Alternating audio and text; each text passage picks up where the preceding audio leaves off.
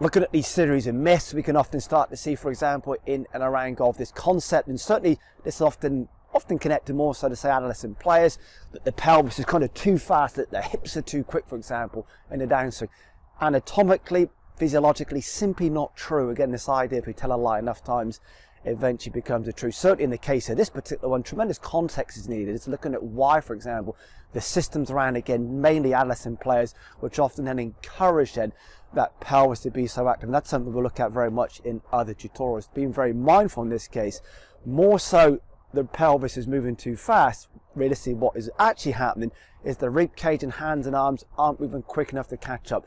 Why would you take away actually what makes something work? Why would you slow down the good segment to accommodate then those kind of slow and sticky segments? So typically, it's not the pelvis is moving too quickly, it's more so that rib cage, the rebound, that lovely kind of recoil, that elasticity through the spine and rib cage isn't moving quick enough to catch up the pelvis. So typically, rather than trying to slow down the good segment in the pelvis, let's try and kind of wake up and speed up the somewhat kind of sticky, somewhat kind of dormant segments in this case, as it could be defined by the kind of rib cage and hands and arms. So there's many reasons why, for example, in adolescent players, they're often very dominant as a power resource through lower limb.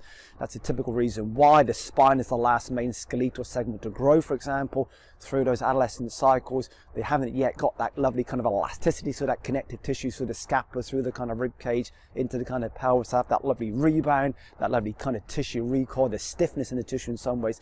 So there's many, many reasons why, but the idea of the pelvis moving too quickly is absolutely not true. A tremendous myth again. It's more so the rib cage isn't moving quick enough to catch up that lovely explosive, very active and very elastic then movement through pelvis and lower limb.